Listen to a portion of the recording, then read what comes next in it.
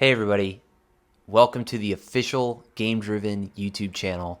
My name is Ryan, and in this video we're going to be doing a tutorial of the game Matrix Poker. Now from the Matrix Poker queue, we're going to head over to the rules page. In this video we're going to talk about the setup for the game, the rules, and then we're going to play a game.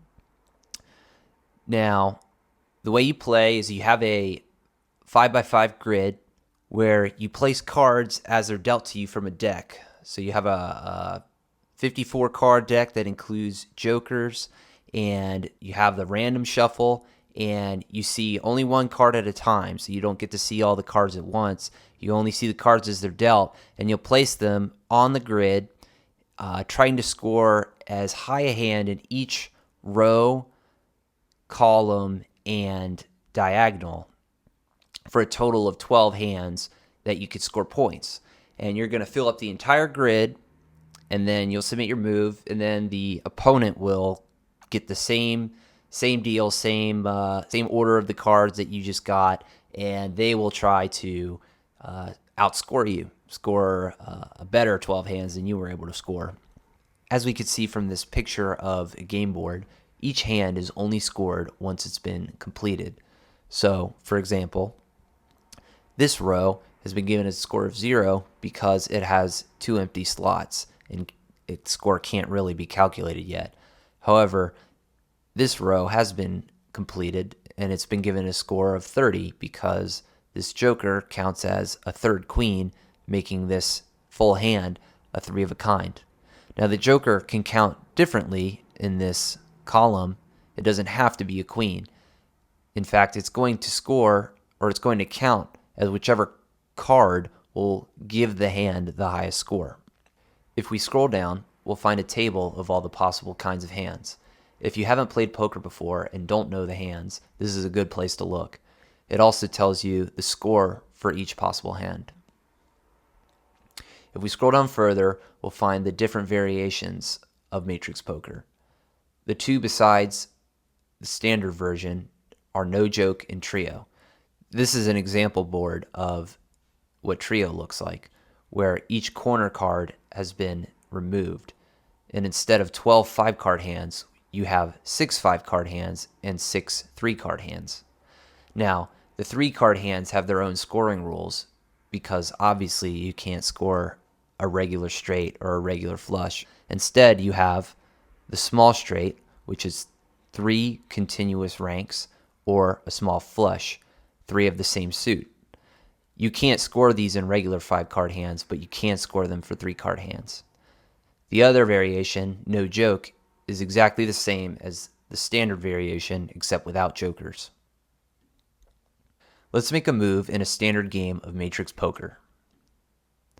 As we saw before, we have a 5x5 grid, and we're expected to place the card that's been dealt into one of the slots. We won't be able to see what the next card is until we place this first one that's been dealt to us. Let's look at what these buttons on the side do. This first button will change what the style of the grid layout looks like. The second button will change the style of the card.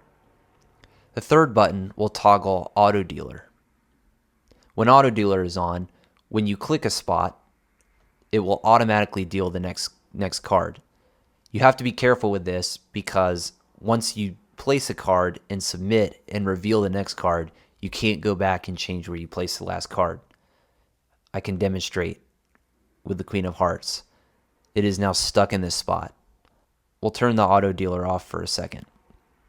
The way you play each card in Matrix Poker will depend on your strategy, which may vary.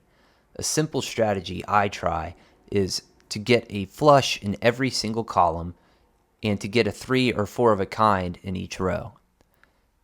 The cards don't always allow this, but that's what I try. Since the auto dealer is off, I have to click submit or click the next card in order to get the next one. Just like before with the queen, I won't be able to move the 7 now that the 5 is showing. Instead, I have to place the 5. I will go ahead and place it according to my strategy and continue the game. A 7 of hearts comes up. I will place it in my heart column to try to keep my flush intact while also putting it in the same row as my other 7. I finally completed my first flush. Since the 9 of hearts was the last card that came up, I was forced to place it in this spot in order to complete the flush, meaning that I'm not able to get a perfect set of 5s. However, if another 5 comes up, I still have a free column to put it in, even if it doesn't match either of these suits. We've just been dealt our first joker. Another part of my strategy is to reserve the middle spot for when a joker comes up. As you could see, when the joker is placed in the middle, it counts for both diagonals as well as a row and a column.